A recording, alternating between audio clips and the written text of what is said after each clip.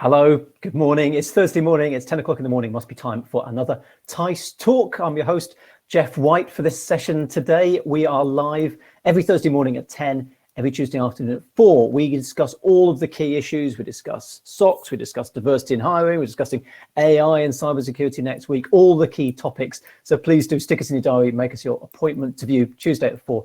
Thursday at 10. I'm delighted to have you all here. People are filling up, the room is filling up. And you will notice there's a slight departure from last week's program. I've had a haircut. I have been released from lockdown to the point where I could nip out to the barbers and get a cut. And boy, was there a lot of hair involved. I don't think my hair's been that long before it got cut for a long, long time. We are going to be discussing supply chain security today, but also we have a free Teiss mug to give away. And I'm going to give our Teiss mug away today to whoever has the best post-lockdown experience. So if you've had your hair cut, if you've gone out and bought something stupid, drop us a line in the chat function and we'll send you a free Teiss mug. And I'm joined as a fantastic panel to talk about the topic today. We are later on going to be hearing from Carl Knowles, who's Global Head of Cyber and CISO at HFW Law Firm. James Packer, who's Head of InfoSec at EF, Education First. We've also got Mike Campfield, who's VP GM of International Operations and Global Security Programs at ExtraHop. But joining us for the moment, I'm delighted to have Emily Taylor, who is, among other roles, editor of the Journal of Cyber Policy. Emily, how are you doing? I'm great this morning. How are you, Jeff? Great to see you again. Right. We're both looking very glam. We're sort of glammed up this morning. We're glammed up today. Yeah, in honour. Is the pearls a thing you do for sort of web? That's what I do for. That's how you know I'm doing a public event. Is the pearls go on? It's probably a bit like your bow tie, Jeff. Yep. It's the same. It's the same. I had to go out this morning, and I thought I'm going to wear my proper shoes. I'm going to wear my proper brogues. And boy, was that an uncomfortable experience. I do the same. Even if I'm on Zoom, I have to try and wear proper shoes because I think it gives the whole, the whole professional thing, I think.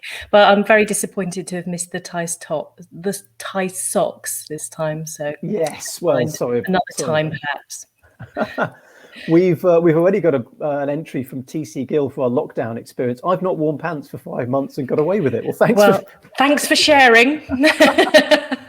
Okay, if you've got a lockdown experience or post-lockdown experience you think can beat that, stick it in the chat tab. Also, do get involved in the chat. We love to hear from our viewers here at teissTalks. If you've got comments, you've got questions, there's a questions tab you can stick your questions in, or if you don't stick something in the chat, we'll be keeping an eye on that as well. We love getting a participation and thorny issues thrown to our panelists for this. Emily, I've said among others, you're editor of the Journal of Cyber Policy. You're also at Chatham House. Just run us through your various roles, if you would. Yeah, so I'm an associate fellow at Chatham House with the International Security Programme there, and I've worked with them for the last 7 or 8 years. In my day job, I'm CEO of Oxford Information Labs, and we bring together policy research and a technical team. So we sort of have policy people working alongside people who are doing actual software development and some of the operational security I hope we'll be talking a little bit about today with the other panelists. Yeah, absolutely. In terms of the Chatham House, I mean, obviously it's the security section, but how prevalent is cybersecurity within that? Because obviously security covers a lot of things. Chatham House covers a lot of things. Yes, indeed. Give us an idea of how big cyber is. Cyber has really expanded, and I think this is true in the rest of life, isn't it? I'm seeing not only cyber taking more of a central role in the work of the international security team at Chatham House, but also across other departments. So I regularly work with colleagues at the international law and also the Asia Pacific departments as well, because cyber is coming into all aspects of policy making, just as it is in other walks of life as well. It's interesting, having attended a few Chatham House events, I mean, you do really get the great and good there. And I just wonder whether there's been an evolution in terms of what sort of stage of maturity do you think those folks are at? Not the cyber experts, but the folks who come in from government, from private industry. Are they still sort of asking questions and finding out about cyber, or have they got moved to the position where they're now asking, well, what are the solutions? What do I actually, what do I buy to fix this? I think it is definitely there is a maturing. Of course, there isn't an even coverage across the board, but I think people who are interested in cybersecurity and the internet will shudder when you remember, you know, a congressional hearing and, you know, way back, and somebody's describing it like the internet's like a series of tubes. And, you know, and I think that there is a maturing of understanding because our economies are dependent on this. And so it is appropriate for policymakers to try and get their heads around it. There's lots of other complex issues in the policy sphere, and it's not acceptable to say, oh, I don't know anything about health or education or whatever. Mm-hmm. And it has previously been okay for policymakers to say,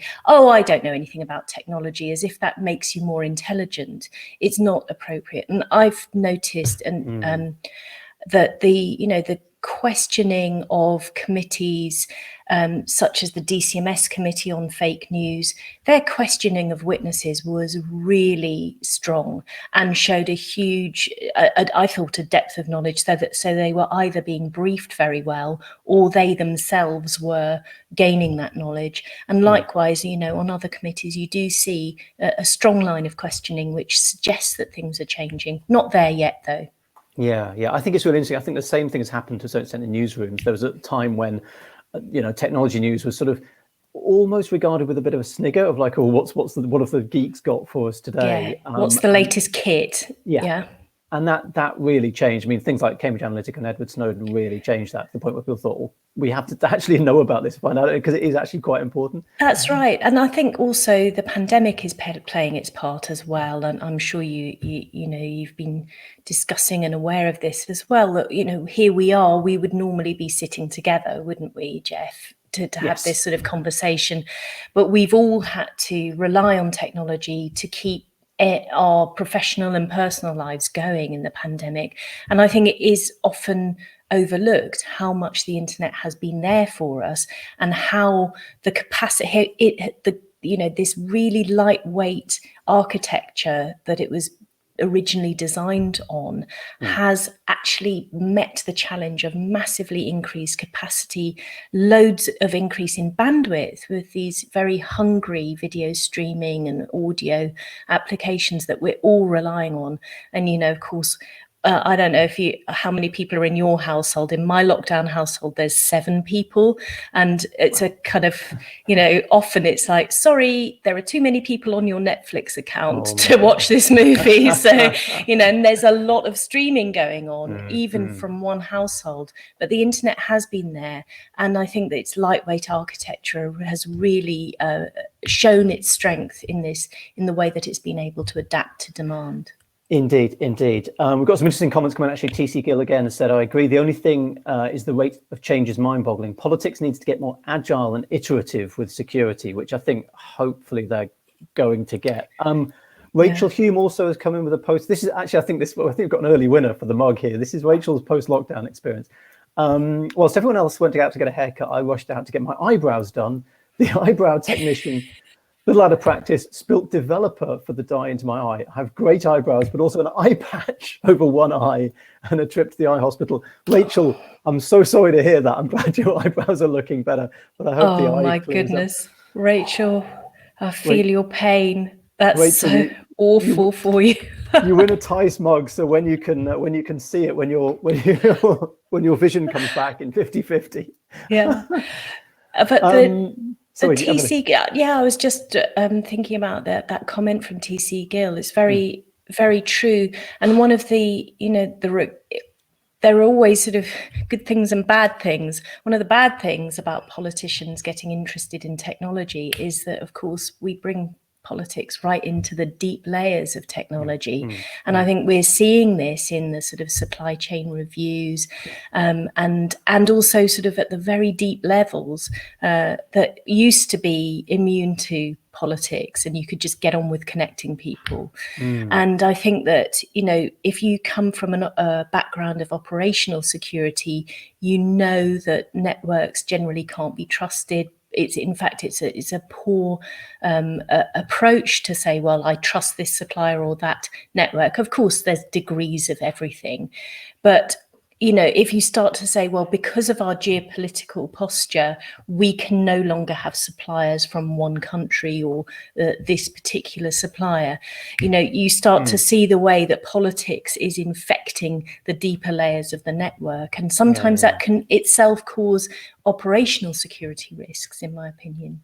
And that's the thing, at the stage where government is telling you to take a certain company's kit out of your network, you're going to have to get your hands dirty. I think actually it'd be a good point to talk about a news story that's come up in the last couple of days, which is tying in with Joe Biden's review of supply chain security, obviously off the back of things like SolarWinds and Microsoft Exchange.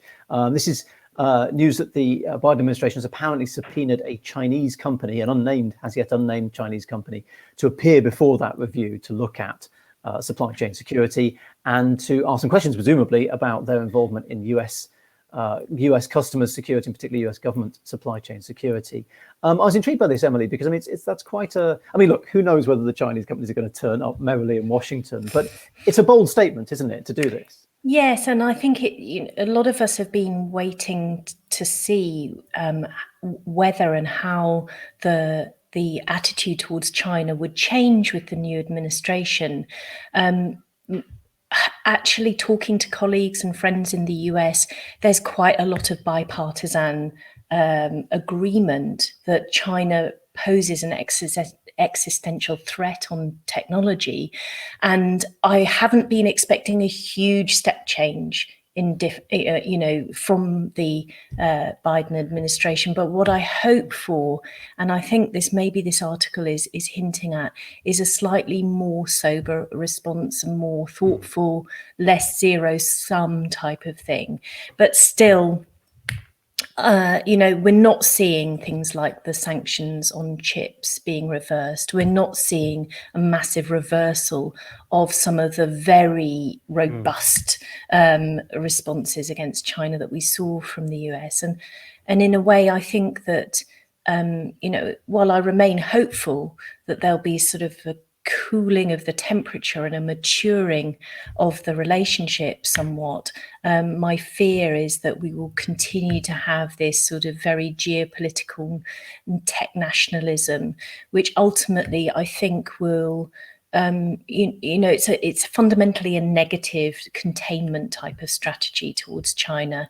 And although it might slow China down for 2 years, or so, ultimately the West is going to have to get used to a technological superpower that doesn't share our values, and see where we can collaborate, where we can mitigate security risks, while also taking, of course, a necessarily strong line on national security and human rights and all of the other things. But it's going to be very tricky to coexist with a global superpower on technology that really does not share our values in any way. And I don't think containment long term is the way to go. You think back to the sort of the famous Sputnik moment, where the US realized that they were losing the space race against the Soviet Union. They're like, gee, we don't lose on technology. And they made a huge open-ended investment in R&D, and that ultimately created the internet. And I think that sort of, you thinking about positive responses that really build on your not just your values, but your strengths in education and innovation, and building back out that those capabilities in ways that are inspiring people, and thinking, well, follow us, do use our technology, because it's actually much more exciting, a space where you can be free and express yourself. Unfortunately, we haven't always got things right, have we? And you referred to Snowden and Cambridge Analytica, so we don't have a perfect track record on that account. We're also not, we're not protected obviously from this in the UK. Obviously, there's been the decision around Huawei and withdrawing Huawei kit from UK networks. Do you feel in the UK that's sort of as far as the appetite goes, or do you think we'll end up going further like the US has done and maybe have a supply chain review here and get involved in these gnarly issues in the UK? Can you see that in the offing? Yeah, well, there was a telecom supply chain review last year. We're also seeing there's been a telecom security bill, and that is accompanied by a diversification strategy for telecoms. What I hope for is that we in the UK will take a holistic approach to securing all aspects of cybersecurity. I think in the last year, 18 months, we slightly fetishized 5G and one company. I think we need to be thinking about the securing of our critical national infrastructure. And, personally, I do mourn the loss of the previous evidence-based approach where you had the cell in Banbury, looking at Huawei kit and, just evaluating what the evidence was showing us. From a background of, cybersecurity where things like vulnerability disclosure is encouraged and viewed as a way of upping the level of cybersecurity, that was an approach that I could really see the logic of. And my fear is that if you try to take one country out of tech supply chains, if you try and take China out of all technology supply chains, one, you're going to fail, and two, you're going to deprive people of a lot of stuff that we're relying on every day, whether it's kit or software. Yeah, I mean, the Banbury thing was interesting. So this was the GCHQ-led project, I think, to vet Huawei kit, after it turned up in British networks. There's a really interesting quote. There's a BBC Click co-production with Panorama called "Can We Trust Huawei?" And they interviewed, I think it was Ian Levy from GCHQ, who said, yeah, we took the Huawei kit apart, and frankly, what we just found was crap coding. And it wasn't just, he wasn't saying, well, China's got a backdoor. I think his issue was, look, if it's this badly coded, anybody could have a backdoor. Absolutely. That seems to be the thing coming out of it. Yeah, and that's really very much for me, that was the scariest thing about Huawei all along, was the low the low quality assurance, the fact that the cell was saying, for 2 years in a row, we haven't been able to replicate their systems, and we can't give the sort of assurance that we would like to, that things are going to improve. We all know, if you come from the background of industry or building software, that security is at best an add-on at the end, often done by different people, and that if you're developing software, all of the pressure is about low cost, speedy delivery. And in that environment, the market is never going to reward good levels of sort of security by design, no matter what policymakers say. And yes, surprise, surprise, in Huawei kit, there's loads of legacy code, there's loads of rubbishy type of quality. Now, I think that, we have to compare apples with apples. One thing Huawei would say is, well, at least we show everybody our code. Other people, might not have such a glittering record if their code was laid open for review in the same way. And I think that this is what, could bring us into a very long conversation about the merits of open source software from a sort of security point of view, is that you have many eyes on it, and therefore, but also everybody knows it. And so it could also be open to vulnerabilities. But yeah, that general sort of low quality, I think, is a feature of technology markets that still hasn't been addressed. Interesting stuff. I want to bring in the rest of our panelists to discuss this now. We've got a really good diverse set of people actually coming at this from lots of different angles. So I'm going to welcome to our teissTalk stage, not in this particular order, but they might pop up in this order, Carl Knowles, who's Global Head of Cyber and CISO at law firm HFW. Hi, Carl. We have James Packer, who's Head of Information Security at EF, Education First, and Mike Campfield, who's VP GM International Operations and Global Security Programs at Extra Hop. Hello to all of you. Can I come to you first, James, if I may? Education First. I mean, I didn't, for my sins, I didn't know a lot about the organization, but it's big, and also it's teaching English overseas, it's foreign language courses. But obviously, I was thinking, all this travel and language exchange stuff, it can't have been easy over the last year. What have you guys done in terms of lockdown and coronavirus? Yeah, you're right. It certainly has been challenging, and the organisation has pivoted to really adapt to the changing environment. So, fortunately, as an organisation, we were already on quite a digital transformation journey anyway, and as being known as the kind of world leader in delivering these kind of training experiences, we were already investing very heavily in technological enablement. So fortunately, we kind of done a lot of the legwork already, but naturally, yes, we had to kind of redouble our efforts where our campuses and classrooms had to close, and we had to get inventive with being able to do virtual training and virtual classrooms. So it's definitely come with challenges, that's for sure. Yeah, and just before we move on, James, and by the way, your microphone is fantastic. There's a mellifluous voice coming out from this. Fantastic. Give us education first. Give us a glimpse. How big is the organisation, and also why would a sort of organisation like that need a head of info security? What's your challenges with it? So Education First is an organisation, few stats, 50,000 staff, 114 countries, so very global presence. We're very, very present in China, US and Europe. Where does the security angle come from? As I said, there's a very large technology angle to what the services we provide. We work with some of the biggest companies and organizations and governments around the world. Of course, we're providing learning services, so there's sensitive information that we need to make sure that we protect, and we have responsibilities to do that, not only to our customers, but also for us as a business. So we want to enable ourselves to be as successful as possible, protect what's precious to us and to our customers, and that's where my role comes in, is really to do as much as we can to really push forward security in an appetite that's proportionate to us as a business, and react to the changes in the geopolitical and cyber environment around us. Yeah, exactly. Well, we'll come to that later on, because obviously working in the territories you work in. And actually on that front, Carl, HFW, again, a law firm, I'd heard the name, but I wasn't quite familiar with it. But to give us a sort of brief overview of what HFW are and where you are in the world. Yeah, sure, Jeff. So HFW, Holman Fenwick Willen, were founded back in 1883.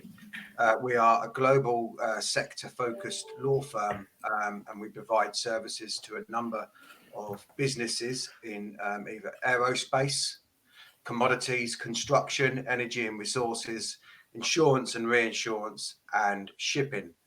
Shipping is the industry we're most known for. We do a lot to do with yacht sales and closures, and we have around 1,100 employees, of which just around 600 lawyers and around 200 partners in the firm. And we are a global presence. We have around 20 offices in the Americas, the EMEA, and the Asia Pacific. So we have got a presence. Now the offices do alter in size. Our Monaco office, as you could imagine, deals a lot with yacht closure deals. It's just a few people, right the way up to our London office, which you would say is our hub, is just over 400 staff. Right. Yeah. So yeah, we're pretty well spread out, and we do a lot around shipping in our Singapore office as well, which is why we have a big presence in Hong Kong, Shanghai, and Singapore for those particular industries. Got to ask, Carl, were you guys affected by the massive boat in the Suez Canal? Did that affect you guys at all? Yes, it would have done. Yes, I'm sure. I'm sure there's some claims that have come out from that our lawyers are dealing with for sure. Yeah. Good stuff, Mike. You're with Extra Hop, and I mean, Extra Hop, I think, probably known to a lot of our audience, but you're sort of interested in the supply chain issue. You've got a foot in both camps. You're both part of the supply chain, but you're also presumably affected by supply chain issues yourselves as an organization. How does that map out? Yeah, so you said it well. We're a market leader in network detection and response. We're in a lot of networks, very similar to where SolarWinds would be. And I'll first say that obviously I empathize with them and any supply chain vendor that would have to go through an event like that. So we do have our foot or feet in both camps, and it's a tough job. Did you find, Mike, after SolarWinds happened, did you get a lot of calls and sort of pushback from people saying, all right, well, okay, we're now auditing everybody, including our extra hop resources, give us an extra level of assurance? And what was the sort of fallout from that for you? Yeah, so since we've been talking about my president and talking about the geopolitical thing, there was a great Russian proverb that one of my favorite personal presidents, Ronald Reagan, said, which was "trust but verify." That saying is becoming more evident in my world and in our world now. You look at these policies, whether it's a certification like Cloud Security Alliance or ISO, that people relied on quite heavily for what a lot of it is checkbox compliance, are now saying, hey, Extra Hop, can we go a little bit deeper? And and even if they don't go deeper with us, they're going deeper on the inside of their own organization, understanding what their supply reach is. Actually, yes, as our teissTalk has pointed out, by the way, we should point out Mike is doing extremely well, given that he's joining us from the US and it's very early in the morning. I want to talk to you. Actually, we had sort of briefing. We have a little chat among the panelists the day before our talks. We always prepare here at teissTalk, very well prepared. And Carl, you said something interesting, which was talking about the extent to which often you'll find out about vulnerabilities before your account managers at your particular vendors and suppliers tell you. There's sort of a grapevine that you hear stuff from. That worried me, that you're often when the vendor phones you up, you're like, yeah, I already know. It's like, Yes, that is interesting. It's happened the last few occasions, actually. When we had the Microsoft Exchange on-prem, there was a vulnerability found at the back of Qualys, and we were on the case. I mean, not as a community, within the legal community, we have a group that we chat in. Someone will find something from an RSS feed or from Feedly, from Hacking News. The information comes out, and I'm sharing it with my team straight away in terms of, look, is this a vulnerability that we need to be worried about? And then all of a sudden you kind of, the account managers are quite silent. Certainly SolarWinds was the same. You don't hear any direction really, and you just wonder what kind is happening in the background there. But quite often, I've reached out to the account managers and said, do you know what's going on here? Are you able to provide more advice? And quite often as well, we've had our lawyers contact us because they've heard from their client there's an issue, say there's a vulnerability with a file sharing platform, and they said, are you using this file sharing platform? They'd all come back to me, and then I'll have a look and say, no, it's fine, we're not using that file sharing platform. So it does tend to come from all different angles, but not the one you'd probably expect it to come from first. Do you get the feeling that's because the vendor SolarWinds, for example, is just not wanting to go to spread the word widely, or do you think they're still sort of catching up themselves? So it's a very good question. I imagine it's probably they're trying to get their all their ducks in a row in terms of what they push out and in terms of what advice they give. But I've always wondered. I'd like to hear if somebody else has had experience in that side of what happens that side when they're preparing to get these messages and this guidance out to us. Well, let's we have the ability to do a poll here at teissTalks, which I haven't done in a little while, but I think it's an interesting one. If we can get our Theiss elf, who beavers away in the background for us, to do a poll, I'm interested. So the question is, have you found out about a vulnerability before the official confirmation of it from the vendor? I would just be interested by that. The number of people have had Carl's experience where they found out about it before. Just while we're doing our poll, pop up in the little polls tab there, so you can vote on that. I just want to come to James next, if I may. I mean, you talked when we were chatting about this before about the kind of evidence that companies rely on, organizations rely on, to work out, the security posture. And often a lot of this comes from sort of auditing firms who've said, yes, this is we rate this particular product at this level. How much can organizations rely on those reports and those audits?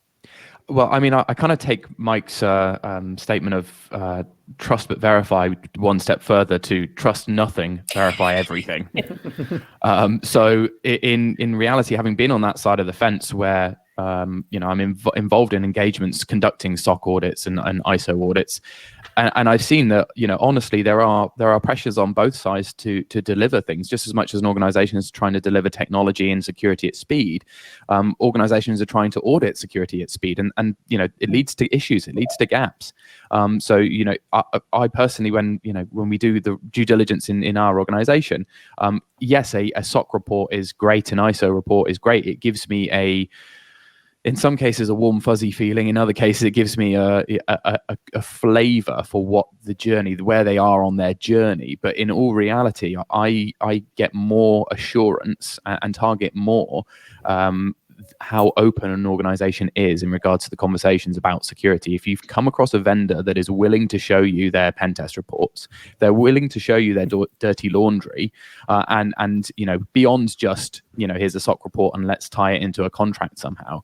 That is a vendor that is taking security seriously. They realize they're not perfect, and they're open to dialogue on how you can build a collaborative relationship. That's the type of organization that we want to work with, where we can work together to deliver the right approach, because there is no such thing as any certification that is going to make an organization bulletproof or demonstrate that an organization is bulletproof.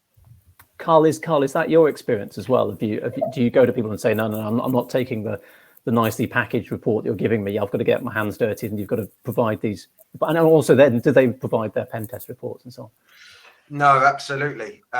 You have to request evidence, where you can, just to show that you've done your due diligence. It isn't just about, as you say, receiving a report or responding to the questionnaire. You then need to follow up on it, and then becomes the issue of actually resources and time it takes to follow up on all the recommendations. Actually, I was reading this morning the government report on cyber breaches, the survey for 2021, published in March, and it gave an example where a university contracted an external supplier to carry out a cybersecurity risk assessment on them, and they come back with around 200 recommendations to be implemented over a few years. That's great and all.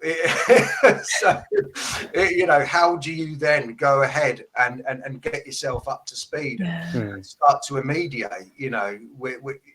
It's just so there's always a balance, right? You've got to if you're going to ask your suppliers and that to do that, you've got to be prepared to follow up on it, and not just to sit in the background and be forgotten about.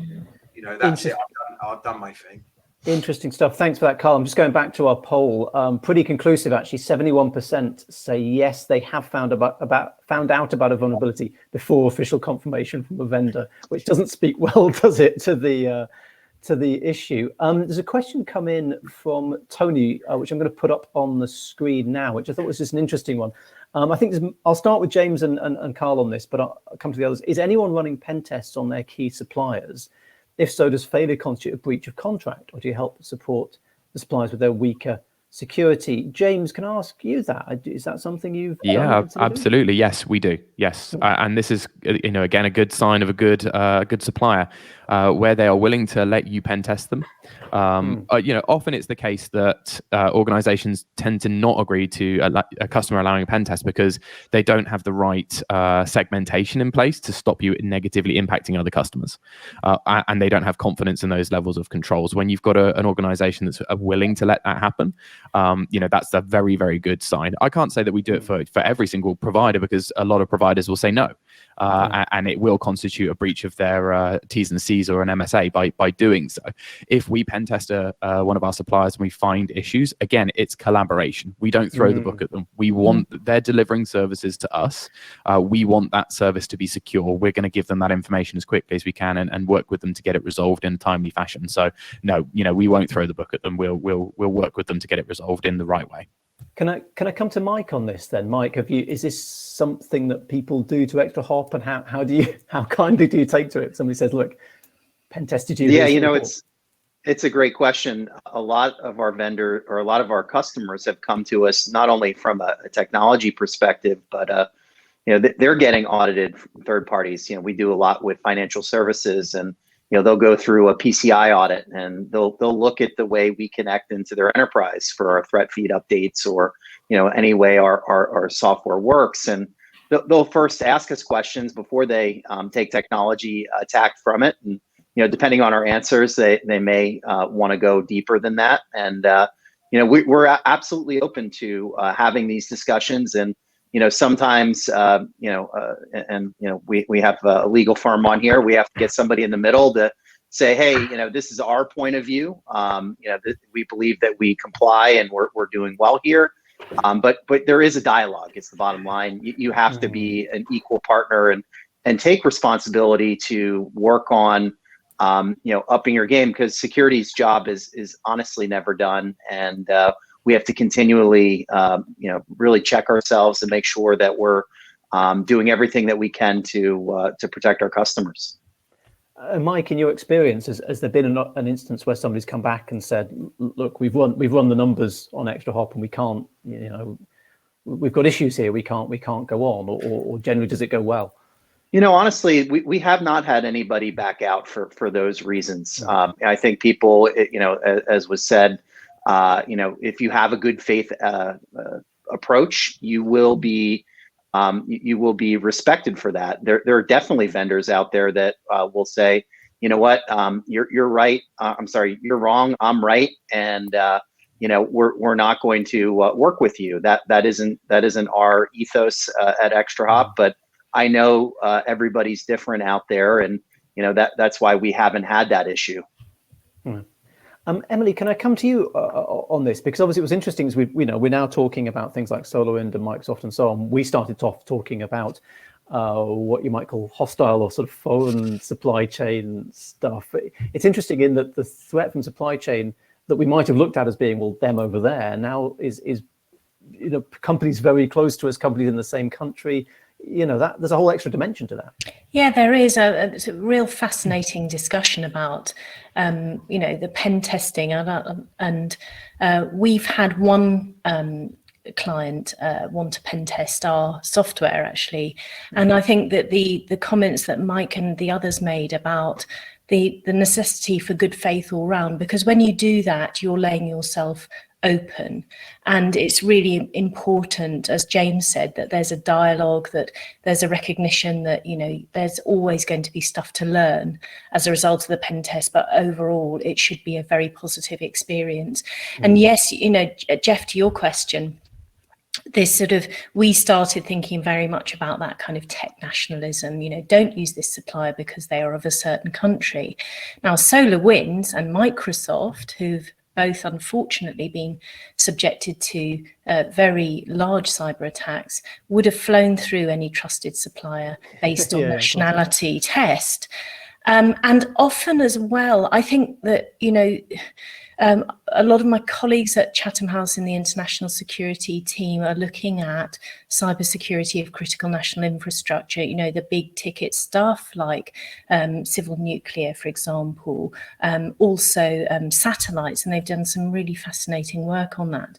But sometimes dependencies can emerge after the event with hindsight. Not just SolarWinds. Who knew that single supplier was actually used by a huge number of very sensitive government departments across the US and UK and others?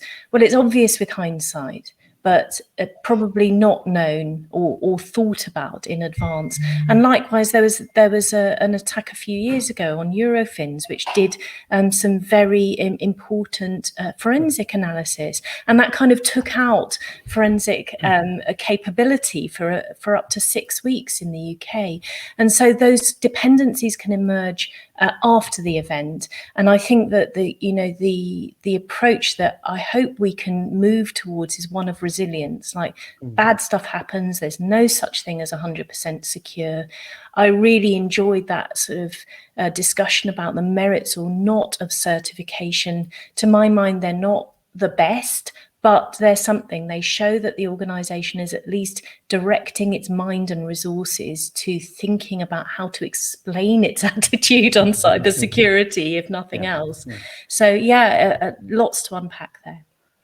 Interesting. And also, Emily, I should point out your internet connection and camera seems to have improved. So I wonder if somewhere in the house somebody is no longer watching RuPaul's Drag Race. Oh my goodness, yes. Very sorry if you had if I had problems with my connection earlier. It was fine before, but the quality is just upped to that. We've got a question come in from Rachel, which again is about this pen testing thing, which I just want to throw up. And I'm going to come to you first, Carl, with this, if I may. I find suppliers are sometimes resistant to supply pen test results, etc. How would you meet in the middle to get enough info to make a decision? Carl, have you got any sort of advice for Rachel there? So we don't go to suppliers doing pen test as suppliers because we're just not mature enough ourselves. What I will say is that where suppliers are able to share reports with us,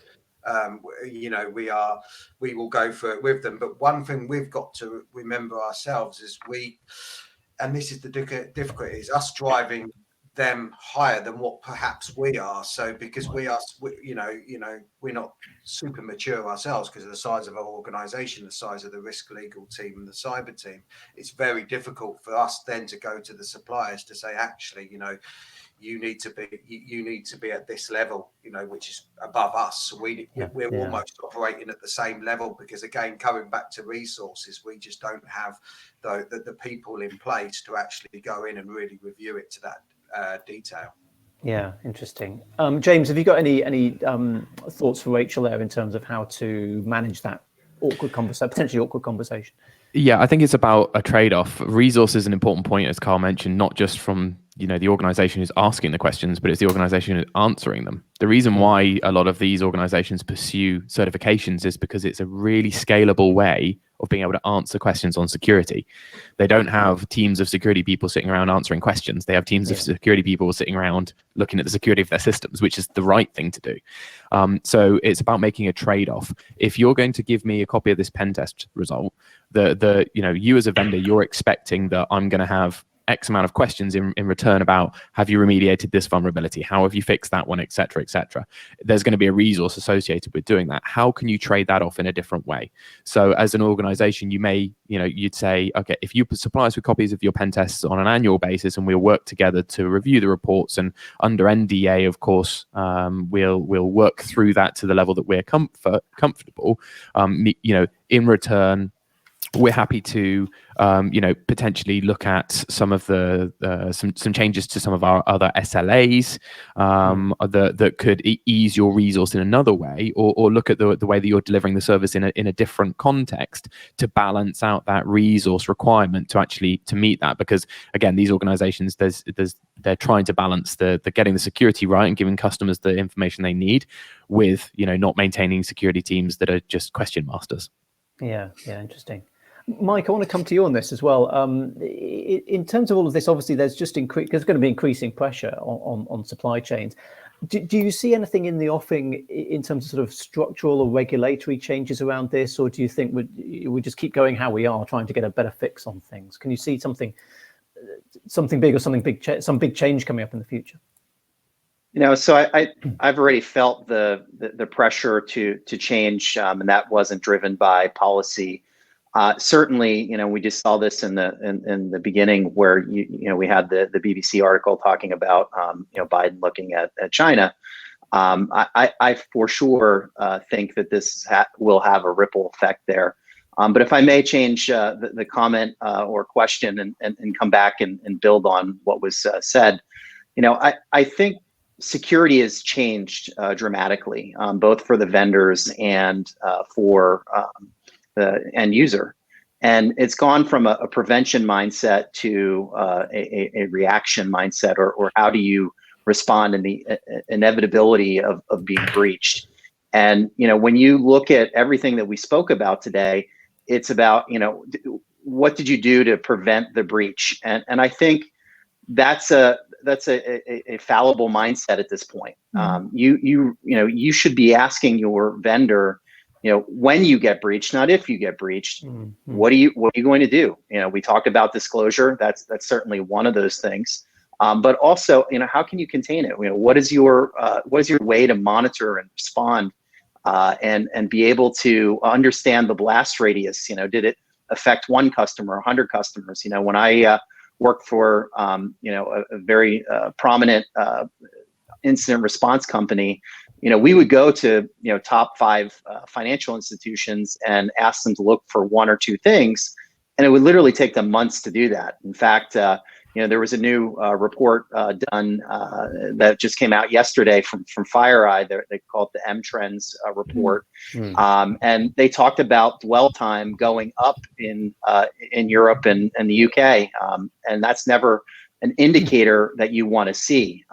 You want to believe that organizations are resilient and getting better at finding evil in their networks and responding better. And so, there is a shift between this prevention mindset versus the inevitability of being breached that we really have to shift as a security community.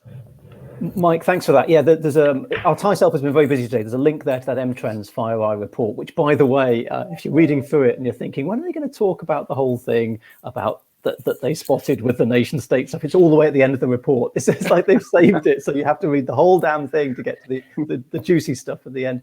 Emily, can I come to you lastly? I want to just pick up on what Mike talked about there, that change from not if to when. I mean, it's an old cliche of like, it's not if you've been hacked, it's when you find out you've been hacked. Has that just become orthodoxy now, or do you among the people you talk to, do you still see signs that they're hoping prevention will be it? I see that the policymaker type of discussion is definitely moving in that direction, an emphasis on resilience and the ability to recover. My impression, and I'll be really interested in the panelists' view on this, is that that's not quite trickled down to business. I still see that talking to boards or talking to vendors, that they can make an easy sale with equipment or monitoring stuff, so the board would see a big expense on some sort of monitoring or kit, but there's still a resistance to the training, the awareness of non-technical people in the way that their actions and reactions can really impact the cybersecurity health of their business or organization. Interesting stuff. Thanks for that. Sadly, we are out of time, but I'm sure our panelists would have views on that. So we can continue the discussion perhaps on LinkedIn. All the LinkedIn profiles, by the way, are in the chat if you want to connect to any of our folks. I want to thank our panelists. It's been a really, really fascinating discussion. That Emily Taylor, who is editor of the Journal of Cyber Policy, Carl Knowles, Global Head of Cyber and CISO at HFW, James Packer, Head of InfoSec at EF, and of course, Mike Campbell from ExtraHop. Thank you to all of our panelists. So that was a really, really interesting discussion. Please tune in for our teissTalks, as I say, Tuesday afternoon at 4, Thursday morning at 10. Tell your friends if you want to spread the word. We love having more and more of audience members here. Thank you so much for your questions and your comments. Sorry we didn't get around to answering them all. Next week's session on Tuesday at 4 with Jenny Radcliffe, my co-presenter, is going to be about AI and machine learning on cyber. So I'm going to tune into that because I'm intrigued to see what that discussion shapes up like. Have a great rest of the day. Mike, I hope you get some sleep at some stage today, and I shall see all of you again, hopefully in person soon. Thanks to our panelists. Thanks very much. Thank you. Thank you.